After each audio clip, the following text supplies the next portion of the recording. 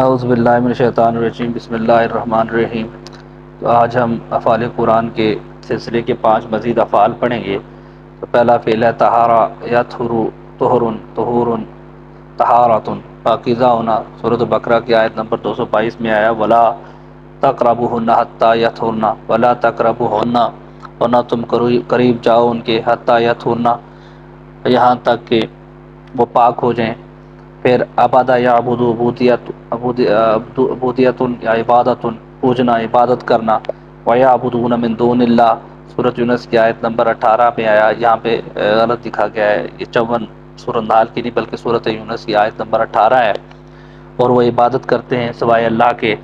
پھر عبر یعبر، یہ 3 معنوں میں قرآن مجید میں استعمال ہوا۔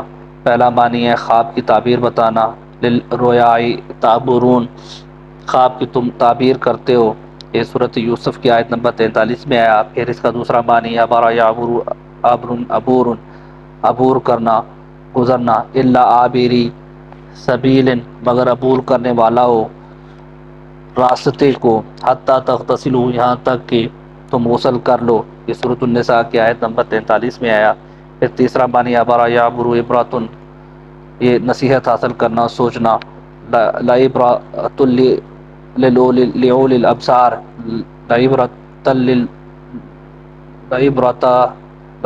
لأولی الابصار، سورۃ النور کی آیت نمبر 44 میں آیا۔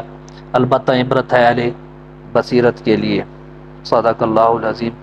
اللہ تعالیٰ ہمیں دین سیکھنے، سمجھنے اور اس پہ عمل کرنے کی توفیق عطا فرمائے، آمین یا رب العالمین۔